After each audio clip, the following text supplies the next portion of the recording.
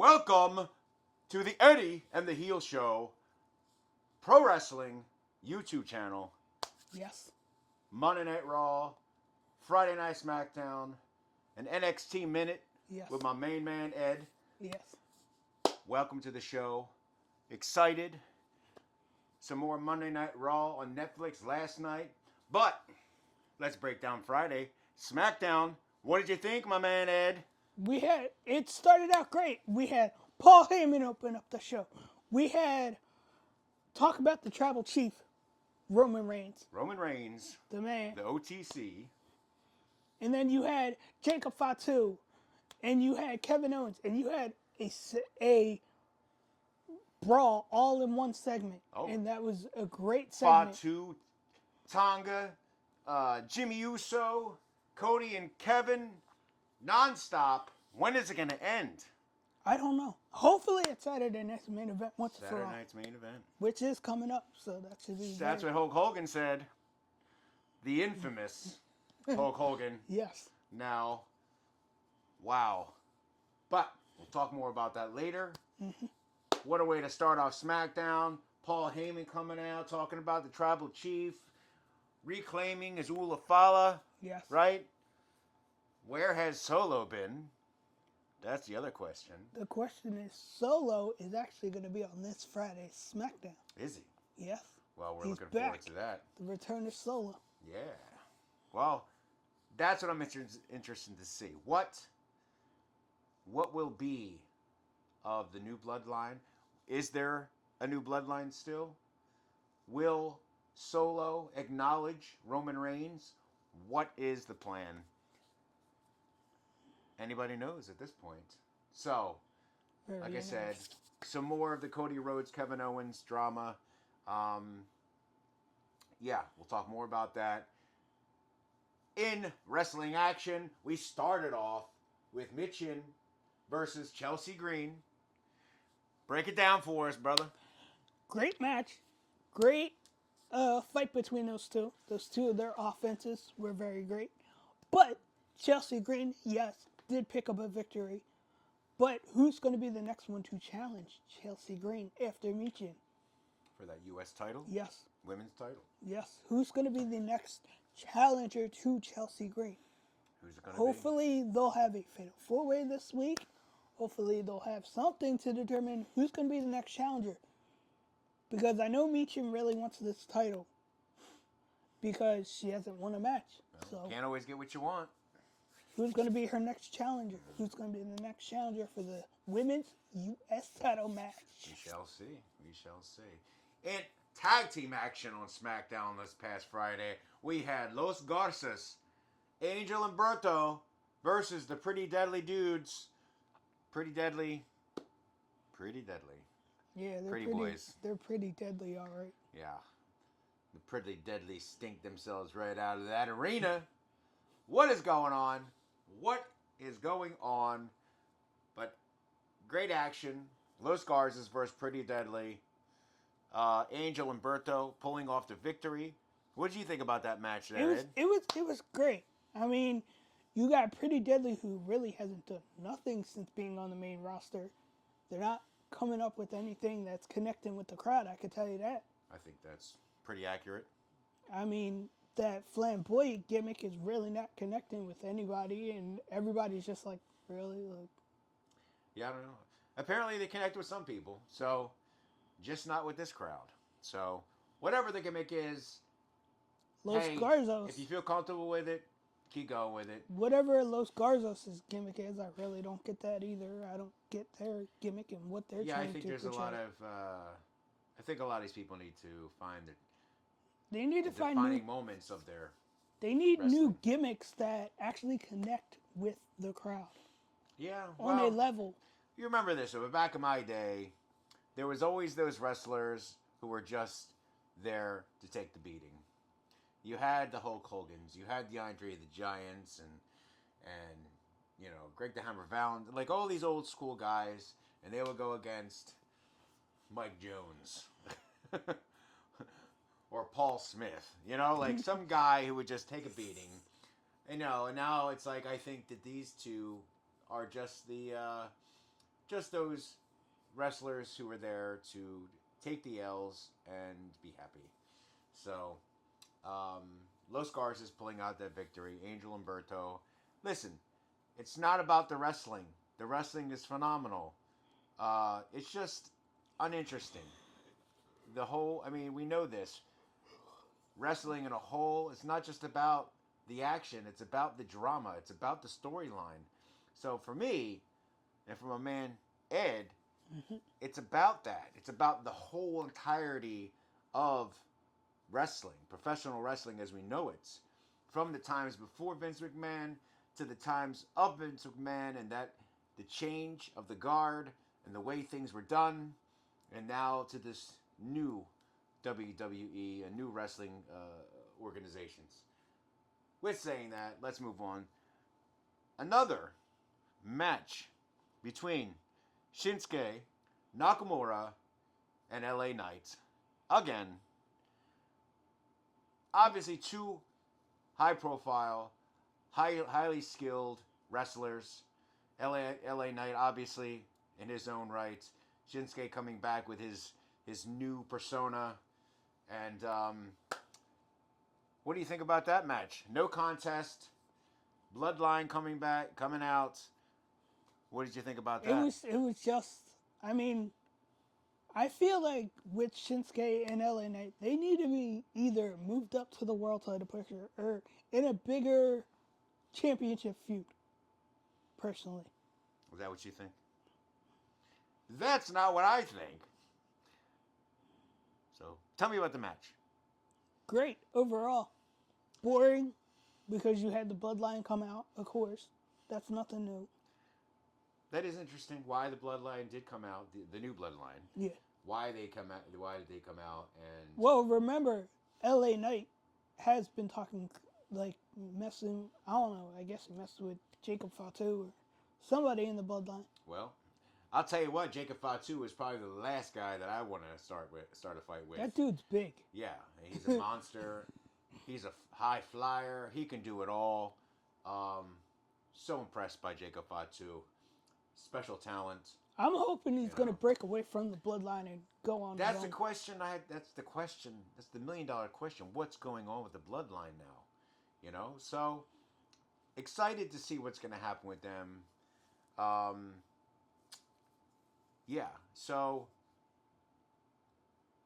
this is just a wait and see kind of process right now. What is going? Because you can see this in Raw too with the old Bloodline. You got guys like CM Punk, Seth Rollins, Drew McIntyre having this little three-way conflict, but something seems interesting in that whole thing there when it comes to the Bloodline. We shall see. Not sure what's going on with the new Bloodline. We'll find out soon enough. This Friday, hopefully, when Sola comes back, 2 Saturday nights, and what's next for that one. So, interesting to see. Again, no contest on that match. So we went down to A-Town Down Under versus the Motor City Machine Guns. Tell me about it, Ed. Drop it. Break it down. Great match. Great presentation. But there you go again. They're going to, like, how many times are we going to have, like, you're underutilizing A-Town Down Under is a tag team. And Motor City, they're just on fire. From the time they got started, boom. They're on fire. Like, they're the coolest tag team that is out there. Yeah. Well, they are a pretty exciting team. They are quick. But as I had read an article, something was pretty interesting about this, and somebody had mentioned the size difference between a tag team like A-Town Down Under.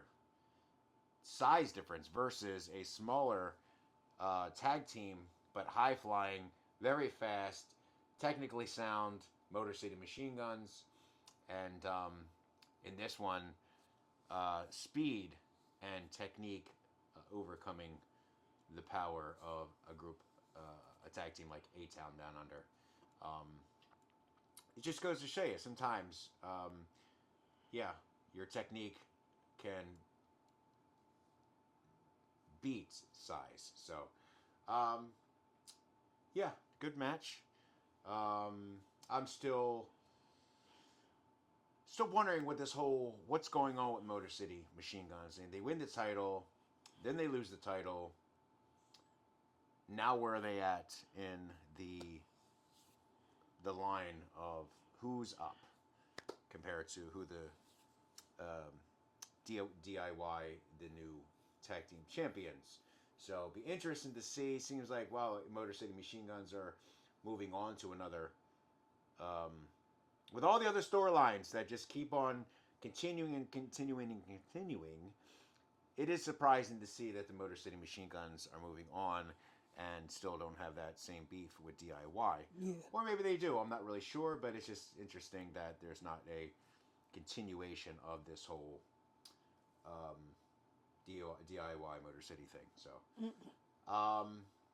ladies action, fatal four way to take on new women's champion Tiffany Stratton. Right? Yes. Yes. I always call her Trish Stratus. So, Bailey versus Naomi versus Bianca versus Nia for the women's champion, for an opportunity to go against the women's champion, Tiffany Stratton. What do you think of that one? That was a great match. I mean, I had a feeling Nia Jax wasn't going to win because she already got her title taken away from her by Tiffany from the very beginning.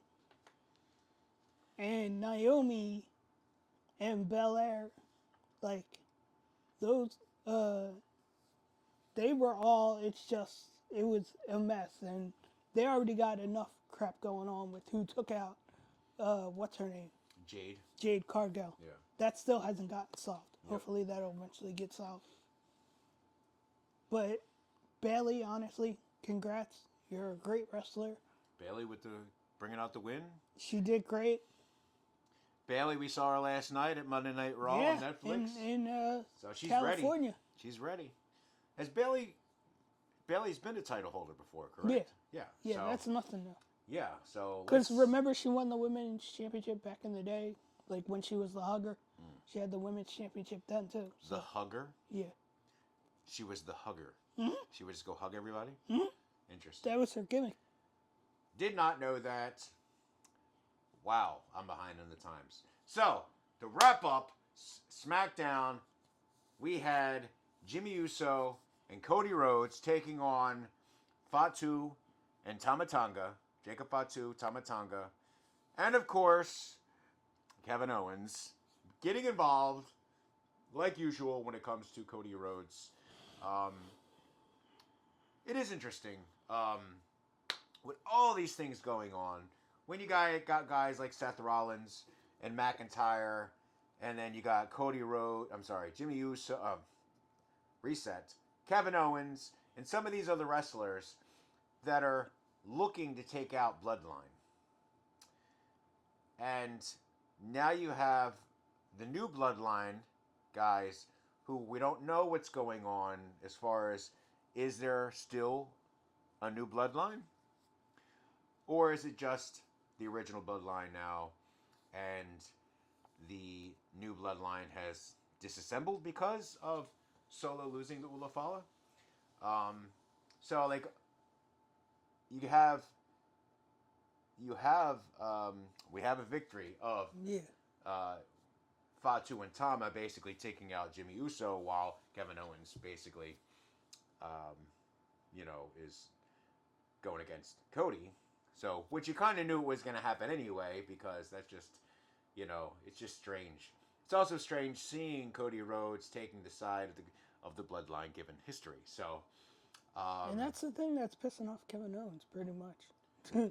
Yeah, well, and like some other guy said, Kevin Owens has crossed enough people in his life to sit there and say something and be a hypocrite. Just like last night, Drew McIntyre calling out Seth Rollins and calling him what it is. So, we'll talk more about that with our Monday Night Raw breakdown. What did you think of the match overall? Overall, amazing, fun, and exciting. Amazing, fun, and exciting. Fast Eddie. Give me some more, bud. And let's say, having Cody Rhodes and Jacob Fatu and all them getting involved and it was just a big conglomerate of just big fighting between all of them. Yeah, good way to end off SmackDown. So, what do you think? SmackDown. Let's start giving them ratings. Out of 5 stars, Friday Night SmackDown performance. What do you give them? I would say a B. Stars. 1 star, 2 star. 1 star is being bad. 5 stars being best. 1 star. Really? Yeah. You did not like SmackDown? I liked it, but it was just like, I don't know, it just felt like everything was just like... Well, 1 is really bad. That's what that means. 5 is really good. 1 is really bad. I mean... I'm giving him a 3 because I don't think Eddie is being very nice. And he's supposed to be the nice one. I'm the heel. He's trying to be more heel. Giving him a 1. What are you talking about? No. Anyway, I'm giving him a 3. Some good performance. The repetitive thing gets old, gets disinterested. You know, I'm losing interest because of some of these storylines. They don't make sense. And they're just, why is it you have, Motor City Machine Gun moving on from DIY and now going to other teams, and all you got other guys like you got Nakamura against LA Knight, just keep going, and then we'll talk about Mondays, but even here we got like Sheamus and Ludwig Kaiser with this thing. Like, how interested are you into seeing Ludwig and Sheamus again and again? So that's why I'm giving them 3 out of 5 for SmackDown. Eddie giving them 1 out of 5, and I thought I was the heel. So I'd like to introduce you to our new segment we're going to have where my man here, Eddie Rocks, and the NXT Minute. Break it down. What do you think about latest in NXT? So the latest in NXT coverage, we had Trick Williams versus Eddie Thor versus Obafemi for the NXT Championship. Great overall match. Great overall presentation of those two. And who was the winner? Obafemi is now the new NXT champion, ladies Which and we gentlemen. actually saw on Monday Night Raw on Netflix last Yes. night. So that's how I knew. I couldn't see NXT this week, so go ahead. And our next match, we had Roxanne Perez versus Julia for the NXT Women's Championship. Who won that one? Ladies and gentlemen, your winner and new champion, Julia. Julia? Yes. Okay. What was next? Come on. We had Stephanie Vaquer versus Kalade Jordan versus Cora Jade versus Lola Vice. Who we got there? We have, let's see.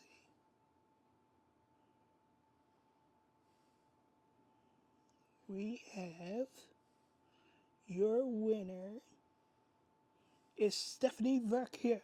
Stephanie Vaquer. All Yeah. right. Who we got else? Who we got? We've got... Running out of a minute.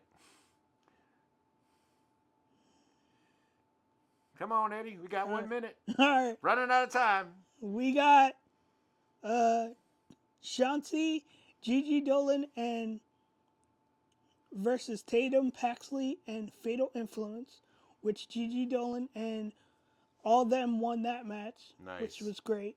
And then we had Lexis King versus William Regal's son, Charlie Dempsey, for the Heritage NXT Cup. Nice. Who won that one? Lexis King actually won that one. Really? Yes. All right. And that's your NXT moment. Any last comments about your NXT? No, it was a great show. Great NXT New Year's Evil from the Los Angeles, California. Oh, man. That was before the wildfires, I'm assuming, huh? Yeah. All right. And The Rock, by the way, I forgot to say. The Rock was there Nice. with his daughter. All right. Got to see father and daughter for the first time on TV. Super cool. And that's your NXT Minute. Now, Monday Night Raw on Netflix. Last night, I'm a little disappointed. Last week, an amazing debut of Monday Night Raw on Netflix. Last night, excited to get ready to watch this. Got my popcorn ready. Had my drink ready. Let's bring this. Let's get it. Let's get it. Let's go. Monday Night Raw on Netflix. That's what I think about Monday Night Raw on Netflix last night. How can you not give us your best, like at least for a few weeks? Like, you just debuted. You have great new production, new cameras, new everything. I don't know what you have an opportunity of a new product. And you give us 4 matches last night. You ended at 10:30. I think it was like 10:38 when I looked. I was super surprised. Although I was happy because I was ready to go to bed anyway. I was pretty tired from the day. Ending at 10:30. I don't get that. You had 20, say you had 20 minutes left. You couldn't wait until like 11? I just don't get it. And you know what? The ones who run WWE don't really care if we get it or not. It's about money. It's a shame because, it should be about the performance. It should be about the lineup, the show, the people. But it just goes to show that it's about money. And you just leave 20 minutes of air. You leave 20 minutes of your regular broadcasting because you're not due all the way from 8 to 11. You couldn't fill enough commercials. You couldn't fill enough content. But you give us, this is the lineup, which was great. Listen, sorry. The opener was great. Although getting old, we opened up with CM Punk, which he had a crowd was loving it. Came out. What was he talking about? Giving props to John Cena, respect. And of course, interrupted by Seth Rollins again, but kind of on a new pace now. CM Punk obviously announcing his intention to go to the Royal Rumble. Yes. So he can get to WrestleMania. Seth Rollins coming out, putting his chip in there that he's going to go and spoil CM Punk's chances at getting to WrestleMania. And behind door number 3, Drew McIntyre coming out while CM Punk and Seth Rollins speaking in the ring, which kind of was an interesting twist because Drew McIntyre played kind of neutral role, giving it to both CM Punk and Seth Rollins, and putting in his chip to attend the Royal Rumble and spoil their opportunity to win the championship or go to WrestleMania. Excuse me. So, some good content. So it was a good starter. Good starter. Because it wasn't somebody jumping another person, being predictable, blah, blah, blah. Great starter. I thought it was going to be a great night. I was like, yes, this is a new era. We got some new stuff. Now, the first match was Chad Gable versus AEW's former AEW luchador star, Penta. Yes. Now, I understand this match. Now, while it wasn't something like, I just don't understand, sometimes you open a match, can we get something interesting?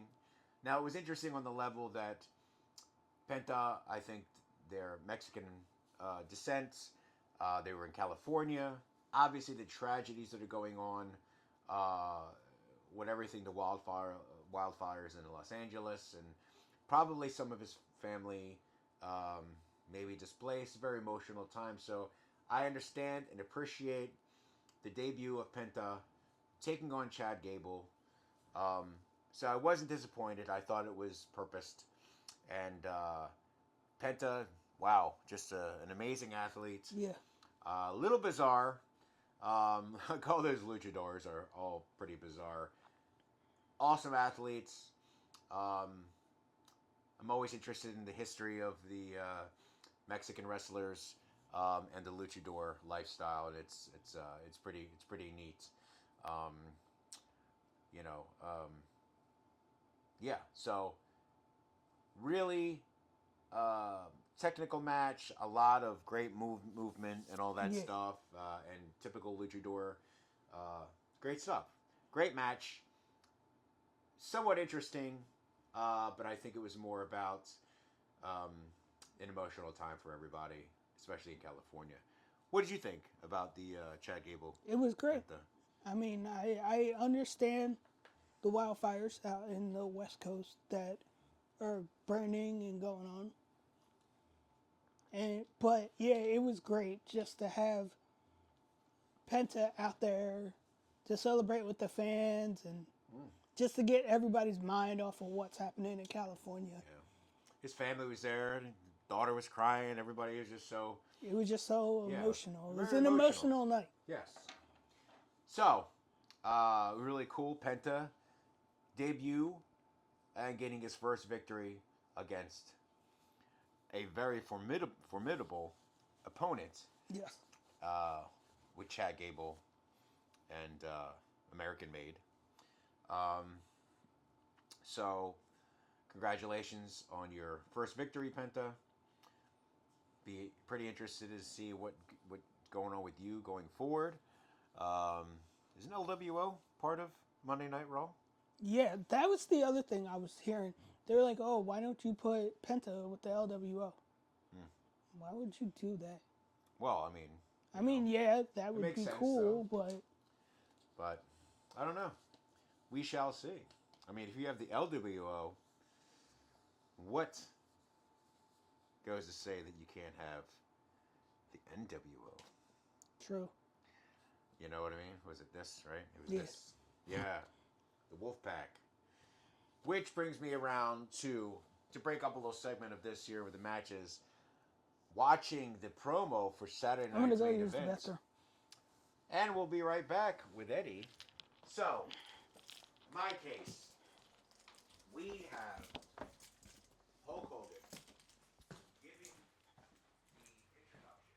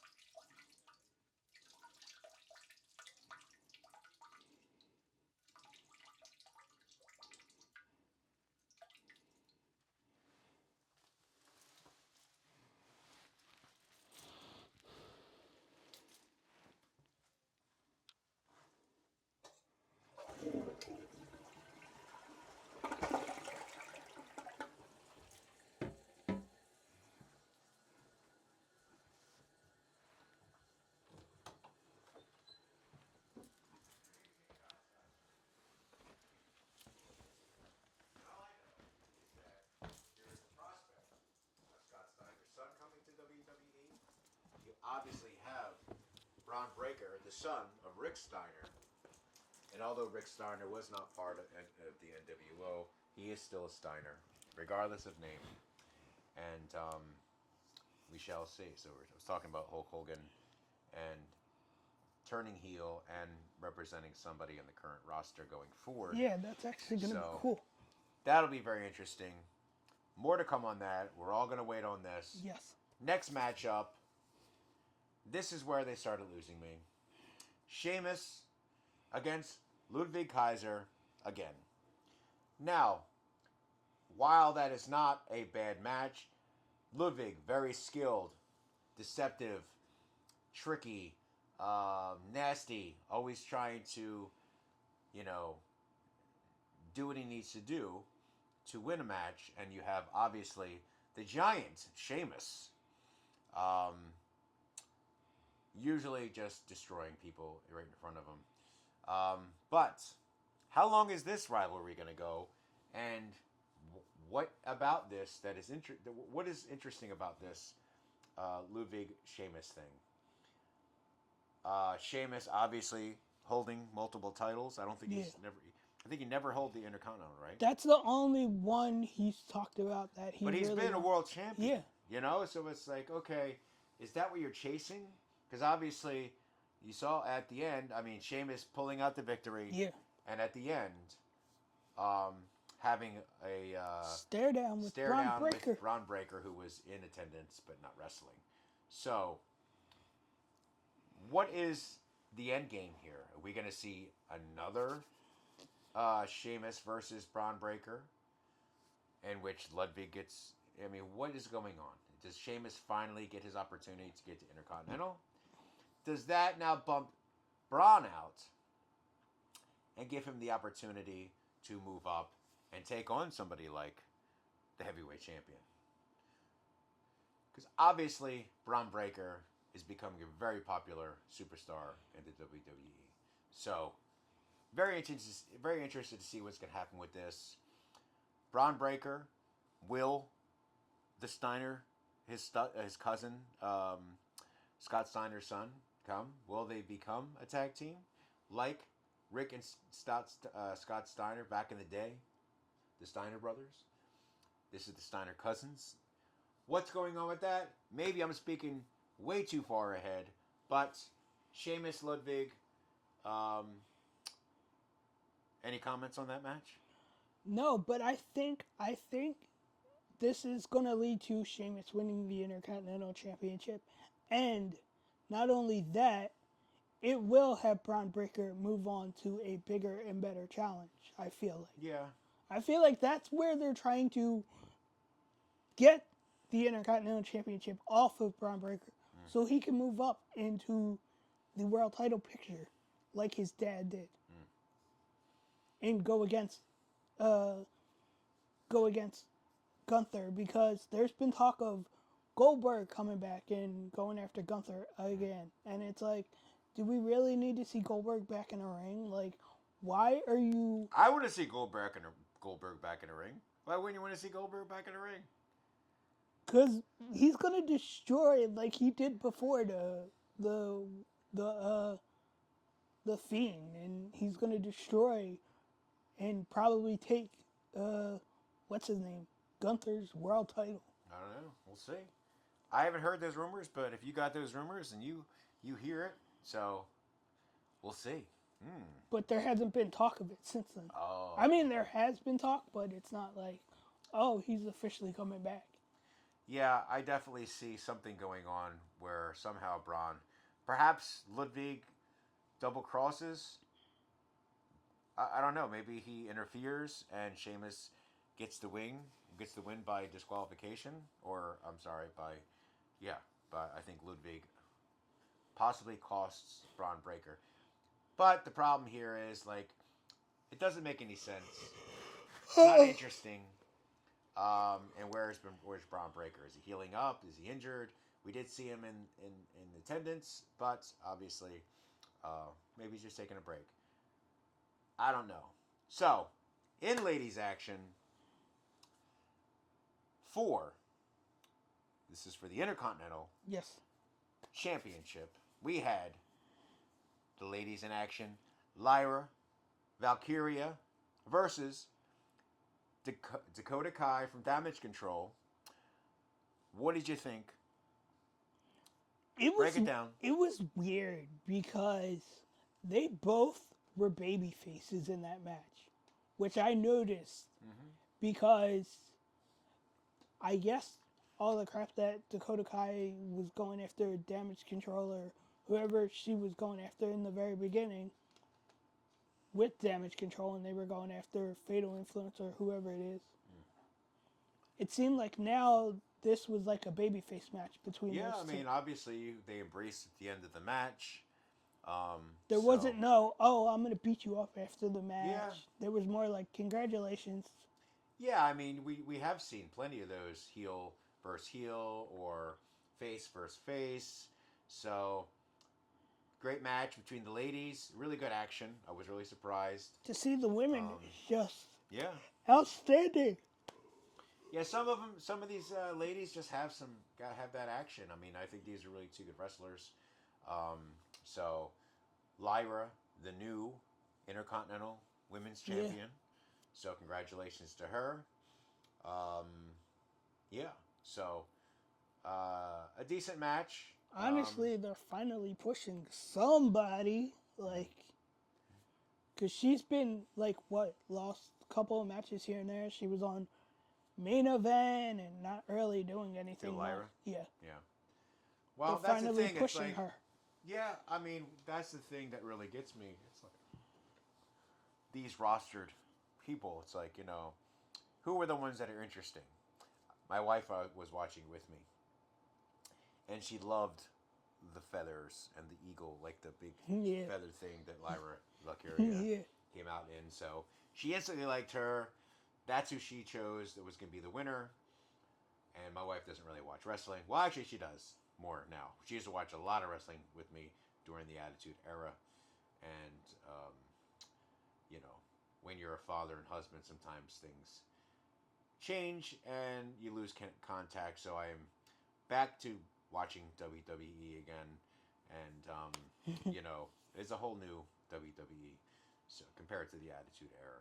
So, to wrap up the night, we had a street fight. Damian Priest versus Finn Balor.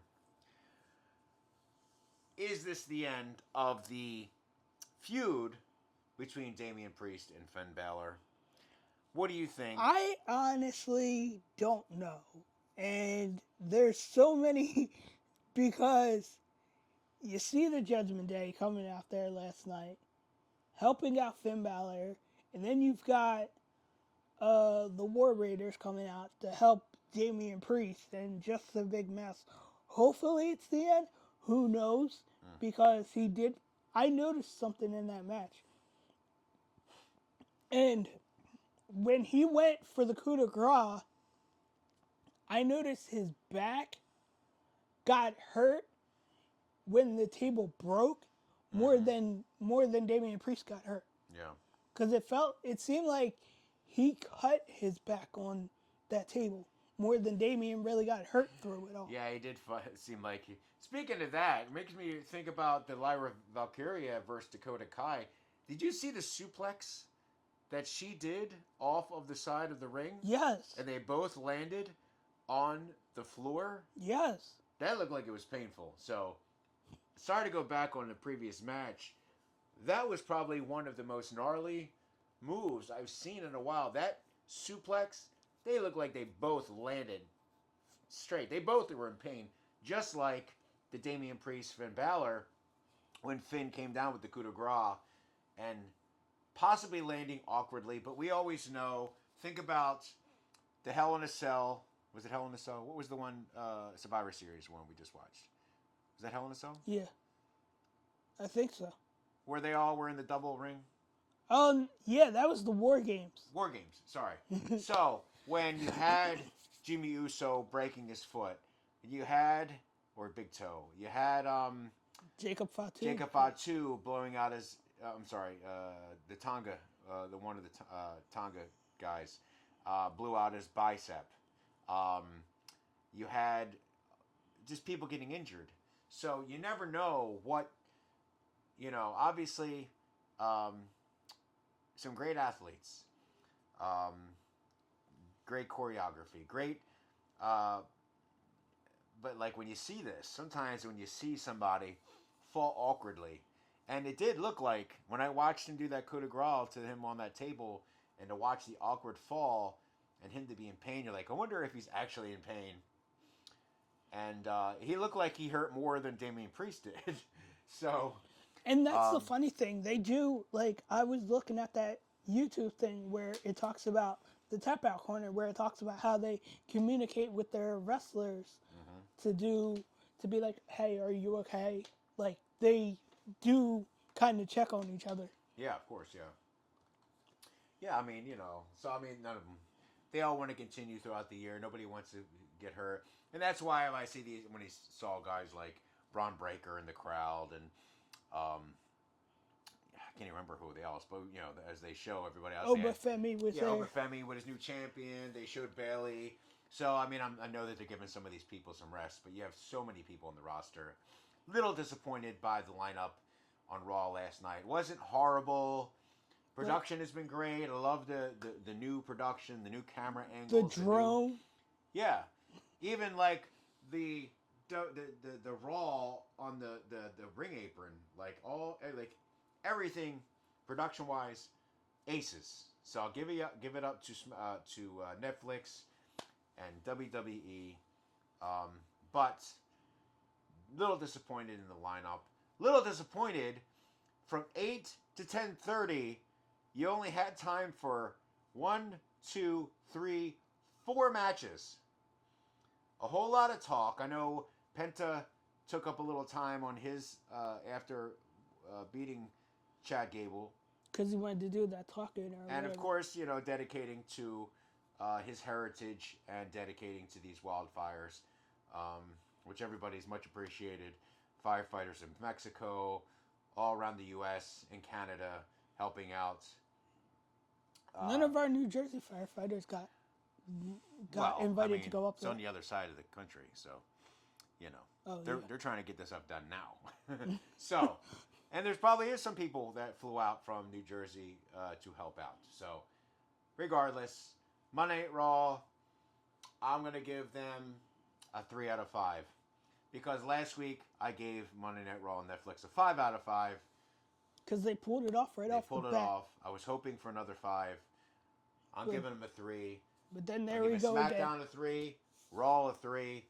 Disappointed because the production level on Monday Night Raw should at least brought it over a little bit more.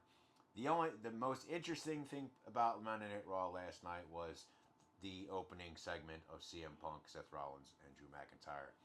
Other than that, to put Drew in that segment, that was actually very interesting. Yeah. To put Drew in that whole segment between all three of them, like, Drew's never really been in a segment with 3 people. I'll tell you what, I said this to you earlier. Drew is growing on me.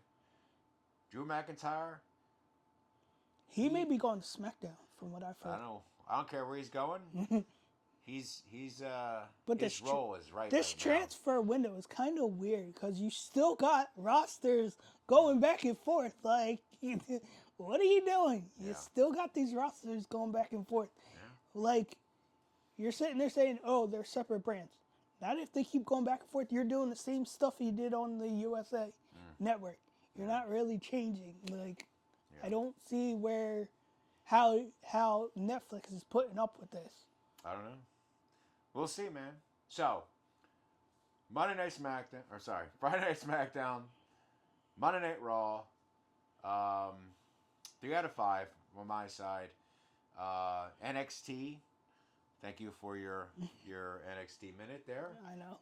Any final words there? It was great. I mean, NXT was great. Started off great. Seeing The Rock towards the end. Pretty much The Rock did nothing but curse towards the end. So that kind of didn't help anything. Yeah. Overall, how about everything? Everything overall from both Raw and SmackDown was great. Now remember this. He just gave SmackDown a 1 out of 5. Now all of a sudden it's great. Give it to me.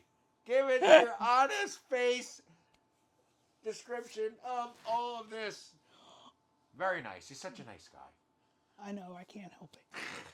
I have to be nice. So, yeah. Any other words? Final words? No. No? All right. So, man, a few words now. Another episode where we appreciate everybody, and We have a lot of from when I was looking at our channel, we have a lot of like views, like 100 something views. way to go. Well, thank you everybody for your views. Thank you for spending time to listen to me and Eddie Rocks. I'm Jay the Heel. I'm hoping we're gonna do more of this at like different things and branch out a little bit more. We'll see. We got to get this down first. So, Yes. trying to get better for you. Much appreciated. Yes. Want to thank you. For subscribing, for the views, for everything. So, thank you. At Eddie and the Heel. You everybody have a great day. All right. Take care.